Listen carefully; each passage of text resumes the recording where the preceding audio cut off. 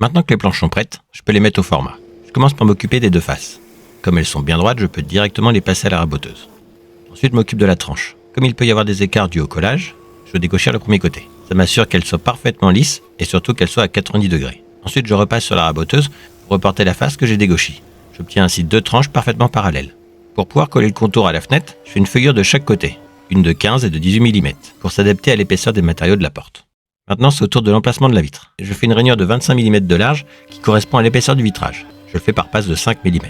Quand j'ai réalisé les plans, j'avais prévu 2 doubles vitrages l'un derrière l'autre. J'y ai renoncé quand j'ai pris conscience du poids des matériaux en fabriquant la cabine. Je coupe les planches à leur longueur définitive. Pour ça, j'utilise la scie à onglet que j'ai inclinée à 45 degrés. Je coupe d'abord un premier bord, puis je la mets contre une butée que j'ai réglée pour la deuxième coupe. Je m'assure ainsi qu'elle fasse la même longueur.